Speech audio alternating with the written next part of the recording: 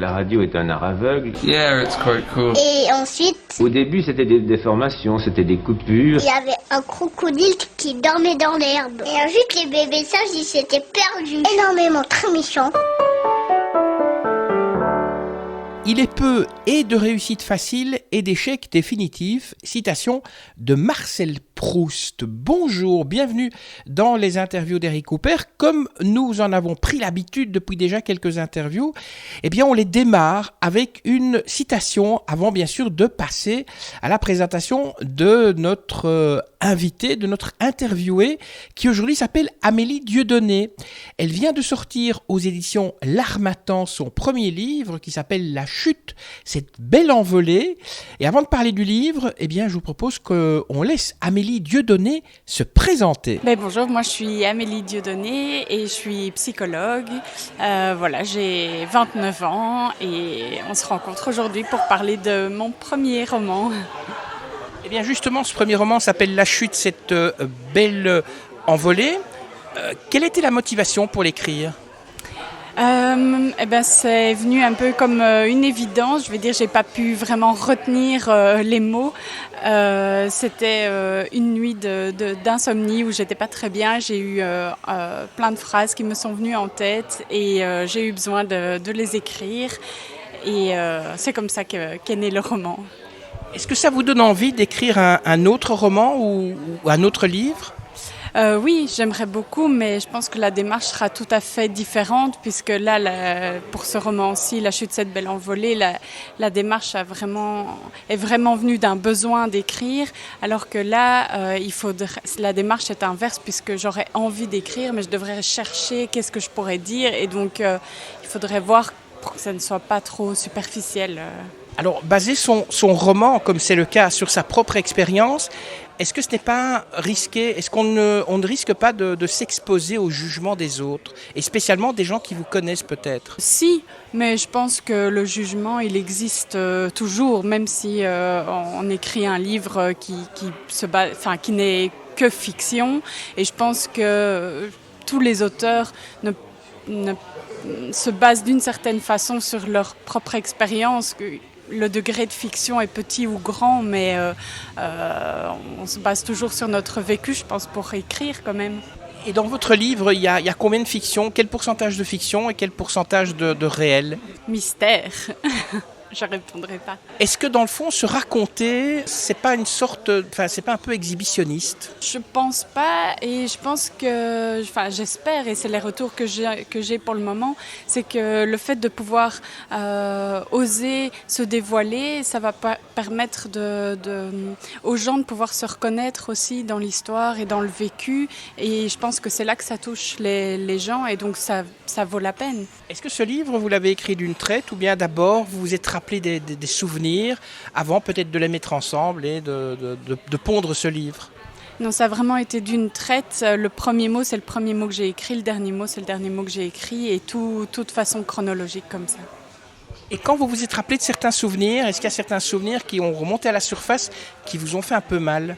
Oui, bien sûr. Chaque chapitre est venu me toucher à un endroit différent, est venu faire ressurgir des émotions, mais à la fois c'est une forme d'exutoire très bénéfique.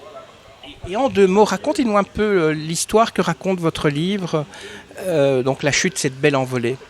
Mais donc c'est l'histoire d'une jeune femme, Elia, qui a 26 ans, et qui est psychologue et qui travaille dans une institution, qui adore son boulot, qui est passionnée. Elle vit aussi une histoire d'amour très forte. Et puis petit à petit, sans qu'elle s'en rende compte, elle va un petit peu sombrer. Et tout d'un coup ne plus se reconnaître et ne pas arriver à identifier d'abord les causes de son mal-être, et puis petit à petit elle se rend compte que le lieu de travail dans lequel elle évolue lui convient plus du tout, qu'il y a des dysfonctionnements et des choses avec lesquelles elle est plus du tout en accord, mais qui vont l'amener à un état vraiment très loin. Et voilà, c'est la chute, cette belle envolée, puisque c'est tout le chemin de reconstruction, mais aussi de pouvoir confronter les normes sociales et tout ce qu'on nous dicte de toutes les représentations qu'on peut avoir de ce qu'est un bon boulot et puis l'épanouissement personnel et vraiment ce qu'on a envie soit de faire de sa vie pour être épanoui, quoi. C'est l'éditeur L'Harmattan qui vous publie. C'était facile pour vous, toute nouvelle, de trouver un éditeur ? Je dois dire que j'y ai été vraiment au culot. Je pensais pas du tout me faire publier au départ et voilà, presque comme un gag, je me suis dit que j'allais envoyer mon manuscrit à 3 maisons d'édition. Je les ai choisis presque par hasard et voilà, par chance l'Harmattan m'a répondu, mais c'était vraiment à 2 doigts de ne pas être publié. Et une fois qu'ils ont accepté, comment ça se passe en fait ? Est-ce qu'ils ont par exemple demandé beaucoup de corrections ou bien ils ont gardé votre roman tel quel ? L'Harmattan, je ne sais pas si c'est le cas pour tous les autres auteurs, mais en tout cas, moi, ils n'ont absolument rien retouché. On a uniquement parlé mise en page et orthographe, mais ils n'ont pas donné du tout leur avis sur le contenu et je les remercie vraiment pour ça. Une question, quand vous avez la première fois votre livre en main, il est fait, il est imprimé, ça vous fait quoi ? J'étais fière, excitée. C'est vraiment gai de pouvoir avoir cet objet-là en main et de surtout de pouvoir transformer l'expérience qui a été un peu difficile en un objet dont on est fier. C'est chouette. Et comment faites-vous lorsque vous donnez le livre à lire à quelqu'un et qu'il vous fait des retours imaginons qu'il vous fait des retours plutôt critiques, vous le prenez comment ? C'est toujours intéressant, c'est apprendre. Ils viennent jamais critiquer mon vécu, mon ressenti. C'est plutôt, s'il peut y avoir des critiques, c'est plutôt au niveau de la rédaction, comment est construit le livre, l'histoire, ou voilà. Donc c'est super intéressant. Histoire de rassurer, c'est un roman qui est dur à lire ou pas ? Non, pas du tout. Et les retours que j'ai pour le moment sont unanimes. Il se lit en une soirée. Une fois qu'on le commence, on ne sait plus s'arrêter. On a envie absolument de connaître la suite. Et non, c'est pas difficile. Et puis, la chute, cette belle envolée. Il y a de l'espoir. Est-ce que, après avoir lu votre livre, le lecteur peut tirer des leçons, mais pour sa propre vie, de votre histoire en fait ?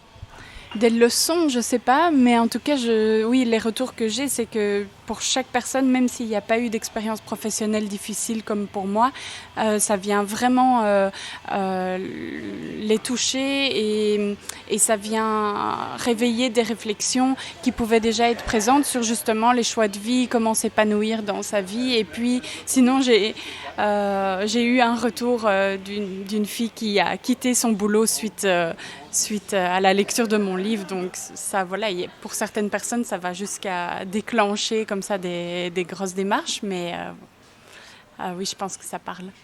Quand vous lisez, quels sont les genres de livres que vous lisez, en dehors peut-être des livres sur la psychologie, des romans par exemple ? J'adore les romans, les récits de vie, donc, et le style d'écriture d'Anna Gavalda ou bien de Delphine de Vigan, je suis fan. Alors, vous avez dit en début d'interview que vous étiez psychologue. Quelle est la différence entre un coach et un psychologue ? Un psychologue a dû faire des études universitaires de 5 ans. Le terme coach, la profession de coach n'est pas reconnu pour le moment dans le sens où chacun peut se dire coach et il suffit d'avoir fait une ou l'autre formation pour pouvoir se dire coach. Ça n'empêche qu'il y en a des très bons évidemment, mais voilà, la psychologie s'étudie à l'université et c'est un diplôme universitaire, quoi. C'est la différence. Quels sont vos projets pour l'avenir ? Est-ce qu'on peut envisager un jour voir votre nom sur un autre livre, pas spécialement un roman, peut-être un livre sur la psychologie des enfants par exemple ? Oui, ce serait chouette, oui, j'aurais très envie. Autant un roman que des écrits plus scientifiques, si je peux dire, oui, j'aimerais beaucoup. J'en suis pas là, mais voilà, peut-être que ça arrivera. Amélie Dieudonné, merci de nous avoir parlé de vous. Je rappelle donc le titre de votre ouvrage, La chute, cette belle envolée, paru aux éditions L'Harmattan. Et avant de libérer vos petites oreilles, eh bien, 2-3 petites choses à vous demander comme d'habitude. Alors, si vous avez aimé cette interview, eh bien, dites-le nous et cliquez sur like. Partagez-la également avec vos amis sur vos réseaux sociaux, sur Twitter, Facebook, LinkedIn, SoundCloud. Abonnez-vous, c'est une bonne façon d'être informé de la publication de la prochaine interview. Laissez-nous un commentaire. Voilà, pour tout ça, je vous remercie, que la force soit avec vous et puis à bientôt. Ça y est, c'est fini.